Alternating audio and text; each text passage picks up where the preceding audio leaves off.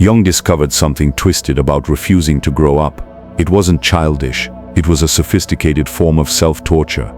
He watched grown men live their entire lives waiting for their real life to begin. Always preparing, never arriving. Always almost ready, never actually doing. They'd built elaborate prisons out of pure potential. The Puer Aeternus, the eternal child. Jung saw them everywhere in his practice. Intelligent men in their 30s, 40s, even 50s, still living what he called the provisional life. Everything temporary, everything placeholder, every relationship just practice for the real one, every job just something to do until they find their calling. Every commitment had an escape clause. But here's what made Jung's blood run cold. These weren't lazy men. They weren't stupid. They were often brilliant, creative, charming. They could work 24 hours straight when something fascinated them. They'd pour genius into a project for weeks, then abandon it the moment it required mundane maintenance. Jung realized they weren't avoiding responsibility, they were avoiding reality itself. The provisional life is a kind of psychological limbo. You're not dead, but you're not alive either. You exist in the waiting room of existence, reading the same magazine over and over, telling yourself you'll start living once you figure out what you really want. But Jung discovered the sick joke. You already know what you want. The waiting is the want. The potential is the prison. These men would come to him with the same dream symbols. Prison cells, cages, being chained or fenced in. They felt trapped by life itself. But Jung saw through the deception. They weren't trapped by life. They were trapped by their refusal to enter it. The mother complex sat at the root of it all. Not always a bad mother, sometimes too good a mother. One who made the world seem like it should provide without effort. One who whispered that her special boy shouldn't have to lower himself to ordinary existence. As long as you live the provisional life, Jung warned, your unconscious will be in a state of continuous irritation. That's the torture. Your psyche knows you're cheating it. Every day you don't commit, every relationship you keep at arm's length, every job you treat as temporary, your unconscious keeps score, and it will collect, through neurosis, through depression, through the slow dissolution of everything that could have given your life meaning. Jung called this the modern European disease, but it's everywhere now. The disease of the merely imaginary life. And the cure, it's so simple it sounds like mockery. There's always a but. Jung noticed it in every Puer case. The perfect woman appears, but she laughs too loud.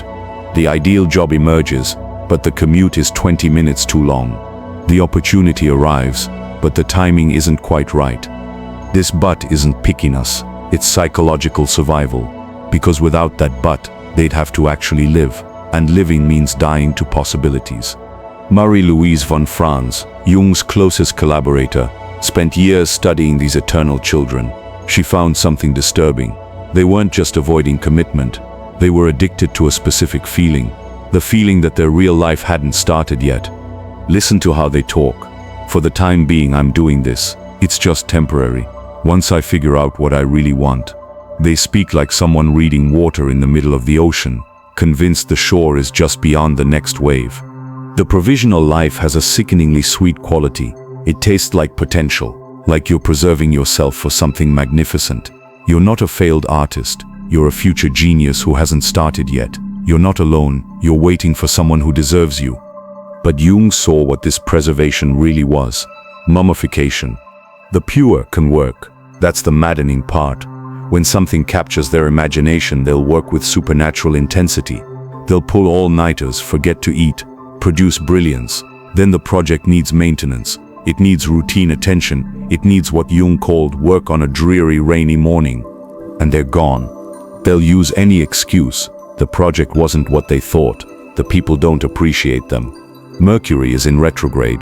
Anything to avoid the horrifying prospect of ordinary, daily, committed effort. Von Franz documented case after case. Men who'd been about to start their real career for 20 years. Men who'd been almost ready to propose since the first date. Men who lived in the same temporary apartment for a decade. Boxes still unpacked, because this wasn't their real home. The provisional life creates a special kind of neurosis. H.G. Baines, the British analyst, watched his patients literally make themselves sick rather than commit mysterious illnesses before weddings, sudden crises before job interviews. The body itself rebels against entering reality. But here's what's truly twisted. The Puer thinks he's free. He thinks he's keeping his options open. He thinks he's the smart one, not falling for life's traps like everyone else. Jung saw the opposite.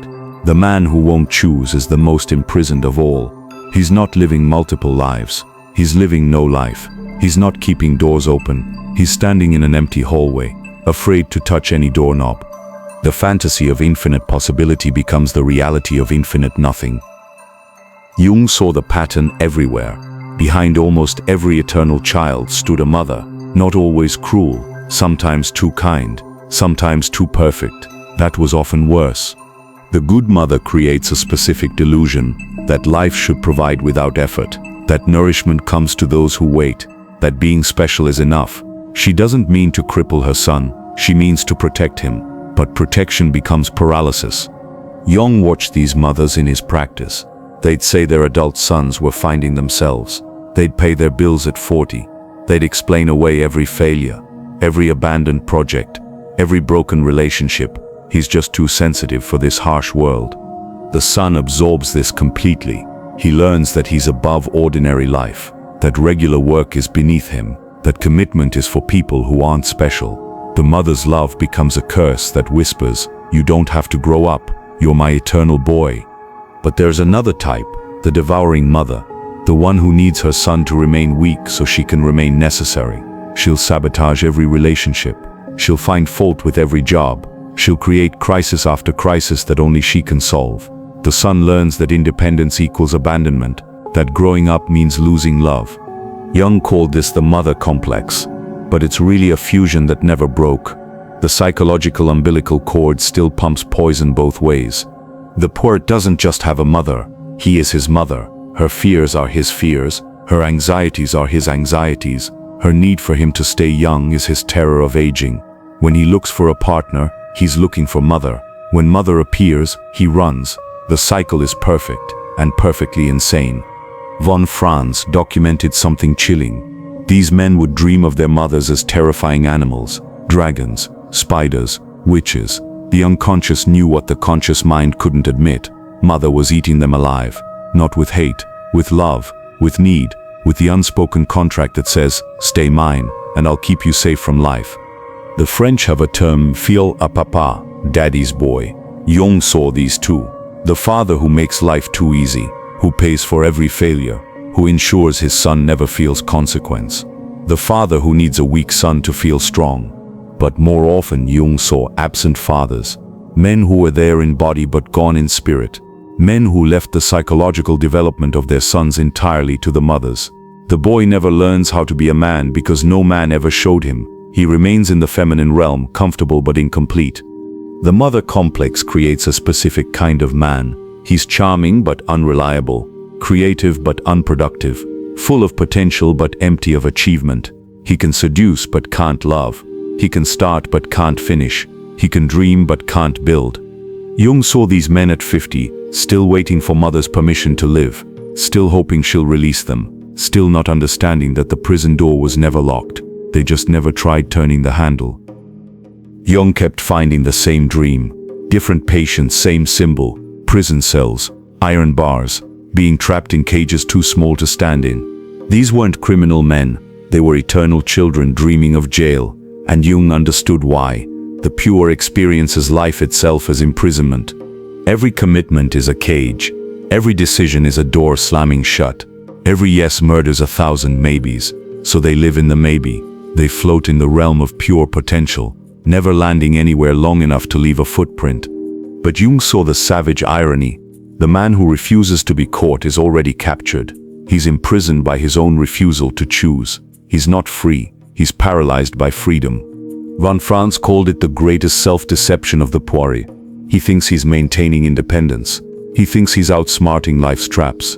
Meanwhile, he's sitting in the most sophisticated prison ever designed, one made entirely of his own possibilities.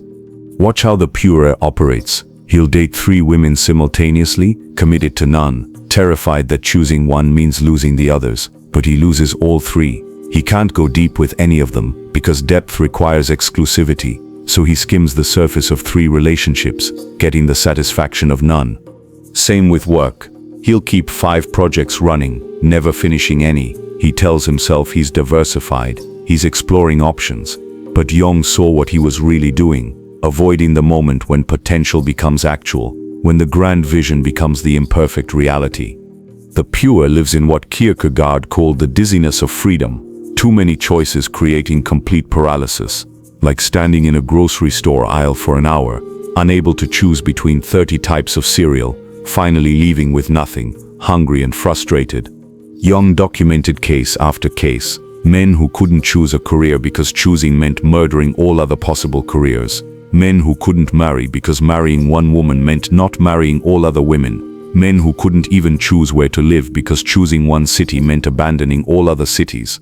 They thought they were keeping their options open. They were actually living in a special kind of hell, the hell of eternal adolescence. The provisional life has a specific feeling. It's like wearing clothes that don't fit while shopping for the perfect outfit. It's like living in a hotel room for years, never unpacking because this isn't your real home. It's like having every conversation with one foot out the door. Nothing is ever fully engaged. Nothing is ever completely real. Every experience is held at arm's length, examined like a specimen, never absorbed, never integrated, never lived. Jung watched these men age into ghosts. 50 years old, still talking about what they're going to do. 60 years old, still waiting for their real life to start. 70 years old, realizing with horror that the provisional life was their only life. The waiting room was the only room they ever entered. The terror of being caught becomes the reality of never being held. Jung tried everything with these men. Analysis, dream work, active imagination. Nothing worked.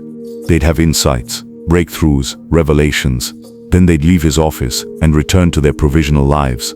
Finally, Jung came to a conclusion so simple it made him doubt himself. He actually hesitated, thinking, can it really be this basic? The cure was one word: work. Not inspired work, not passionate work, not work that fulfills your soul's purpose, just work, any work. Show up every day, especially when you don't want to, especially when it's boring, especially when every cell in your body screams to run. The Puer Aeternus would rather die than hear this work. That's for ordinary people. That's for people who've given up on their dreams. That's for people who've settled. But Jung saw what work really did. It forced encounter with reality. Not the reality you imagine, but the reality that is. The reality where things take time, where progress is slow, where you're not special, just another person doing a job. Franz watched the Puer squirm when Jung prescribed work. They'd have 1,000 excuses. The job wasn't right. The timing was off. They needed to prepare more. They needed to find their passion first. Jung would cut through all of it. Get a job, any job. Dig ditches if you have to, but show up every day. Do it when you hate it. Do it when you're bored. Do it when every fiber of your being wants to quit. Because here's what Jung understood. The Puer's enemy isn't boredom, it's reality. And reality has one non-negotiable requirement: consistency. The Puer can work in bursts of inspiration. He can pull miracles out of thin air when fascinated. But ask him to show up on a gray Tuesday morning to do mundane tasks. He'll develop sudden illness. He'll have a spiritual crisis. His car will mysteriously break down. Jung saw men literally make themselves sick rather than go to work. Real physical illness. Their bodies would revolt against the horror of ordinary commitment. Migraines before meetings, stomach problems before deadlines, the flesh itself refusing to enter the prison of routine. But those who pushed through, those who forced themselves to work despite every excuse, something unexpected happened. They discovered that prison was freedom, that limitation was liberation, that choosing one thing and doing it every day created more possibilities than eternal floating ever could. Work does something specific to the psyche. It creates what Jung called realization. Not realization as in understanding, but realization as in making real, taking the ethereal fantasy and forcing it through the birth canal of daily effort into actual existence. The Puer hates this process because it's painful. Dreams don't want to become reality. They want to stay dreams where they're perfect, unlimited, pure potential. But Jung knew that unrealized potential isn't potential at all. It's waste. It's life force rotting in the psyche, turning into neurosis, depression, bitterness. The man who refuses to work is refusing to be born. Jung noticed something disturbing about his Puer patients. They didn't really want to be cured. Oh, they said they did. They complained endlessly about their lives. They suffered genuinely. But when offered real solutions, they'd find reasons why those solutions wouldn't work. They were in love with their own dysfunction. The provisional life offers a twisted comfort. As long as you haven't really tried, you haven't really failed. As long as you haven't committed, you can't be rejected. As long as your real life hasn't started, you can't mess it up. Jung called this the secondary gain of neurosis. The sickness provides something the person needs. For the Puer, it provides an excuse to never risk genuine engagement with life. Think about it. If you're always about to do something great, you never have to face the possibility that you're ordinary. If you're always preparing, you never have to perform. If you're always waiting for the perfect moment, you never have to deal with imperfect reality. The Puer has built an identity around potential. I could have been great if I would be successful, but I'm capable of amazing things when take away that potential, force him to actualize, and who is he? Just another middle-aged man with unremarkable achievements. The fantasy of specialness dies the moment you commit to reality. Franz documented how Puers would sabotage their own progress. Get close to success, create a crisis, relationship getting serious, start a fight, job becoming stable, find a reason to quit. They were masters of snatching defeat from the jaws of victory. But here's the sick part. They'd blame everyone else. The boss was unfair. The woman was too demanding. The world doesn't understand genius. They never saw their own hand pulling the trigger. Jung watched men spend decades in this pattern. They'd move from therapist to therapist, collecting diagnoses like badges. They weren't seeking healing. They were seeking confirmation that they were too special, too complex, too damaged to live ordinary lives. The mother complex feeds this perfectly. Mother always said you were special. Mother always said you were too good for this world. So when you fail, it confirms mother was right. You're not a failure. You're a misunderstood genius. You're not immature, you're sensitive. The provisional life becomes a cocoon, uncomfortable, limiting, but safe. Safe from judgment, safe from failure, safe from the devastating possibility that you're exactly as ordinary as everyone else. Jung saw how these men would rather suffer than change. They'd rather live in familiar misery than risk unfamiliar satisfaction. They knew every corner of their prison. They decorated it with their fantasies. They'd grown comfortable with their chains. Breaking free meant admitting something unbearable. They'd wasted years, decades, sometimes entire lives. All that potential they'd been protecting, it had rotted. All those possibilities they'd been preserving, they'd expired. The Puer would rather die than face this. And many do, psychologically speaking. They become ghosts haunting their own existence, present but not participating, alive but not living, forever young because they never grew, forever potential because they never became. Jung discovered the porter's darkest secret. Behind the eternal child lurked an old man, a bitter, cynical, exhausted old man. The senex, the shadow of youth. The Puer spends so much energy staying young that he becomes ancient, not wise, ancient, exhausted, ancient. The kind of old that comes not from living too much but from avoiding life entirely. Watch a 50-year-old Puer, the forced enthusiasm, the desperate clinging to youth culture, the increasingly manic attempts to seem spontaneous. It's grotesque, like watching someone perform CPR on a corpse, convinced they can bring back what's been dead for decades. Jung saw how the denied cynics, the old man archetype, would leak out in twisted ways, sudden attacks of cynicism, vicious criticism of anyone who actually commits to anything, a grinding bitterness disguised as sophistication. The Puer becomes the thing he feared most, rigid, judgmental, dead inside.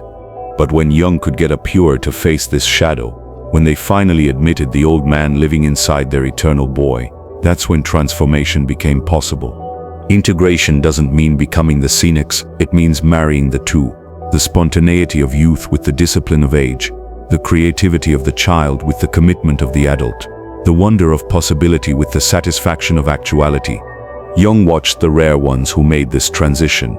It was like watching a birth, painful, messy, terrifying. The provisional life had to die completely. The fantasy self had to be murdered. The mother complex had to be severed with surgical precision. What emerged wasn't a boring adult. It was something Jung called the realized self, someone who could play and work, dream and build, imagine and execute. They kept the Puer's creativity, but gained the Senex's power to manifest. But most never made this transition. Jung would see them year after year, circling the same issues. The mother complex unexplored, the work prescription ignored, the provisional life defended with increasing desperation. These men would age into caricatures, 60-year-old boys still waiting for mommy's permission, still believing their real life would start tomorrow, still convinced everyone else was the problem. Jung documented what happened to them: increasing neurosis, psychosomatic illness, depression that ate them from inside, the psyche's revenge for a life unlived, the unconscious collecting payment for decades of avoidance. Some would have breakdowns, complete collapses, where the provisional structure finally crumbled. They'd be forced to face the void where their life should have been, the empty space where relationships, achievements, experiences should have accumulated. Others would simply fade, become ghosts of themselves, still talking about their potential at 70, still using the same excuses at 80, dying with their music still inside them, perfectly preserved, never played. Jung knew the tragedy wasn't that they failed, it was that they never tried. They spent their entire lives in the waiting room, reading pamphlets about life instead of living it. They chose the safety of imagination over the danger of reality. The eternal child dies either way, through transformation into wholeness or through slow decay into nothingness. Jung saw both. He knew which was worse. The pure Aeternus doesn't just destroy himself. He attracts specific people who mirror his refusal to grow up. Other eternal children, enablers who need him weak, destroyers who force the confrontation he's been avoiding. Jung discovered this wasn't random. Your unconscious is broadcasting a signal 24 hours a day, attracting exactly the people you need to become whole, even if that wholeness requires being broken first. In this next video, I reveal why you haven't met a single person by accident, how your shadow is using other people as mirrors, and why the people who destroyed you were supposed to find you,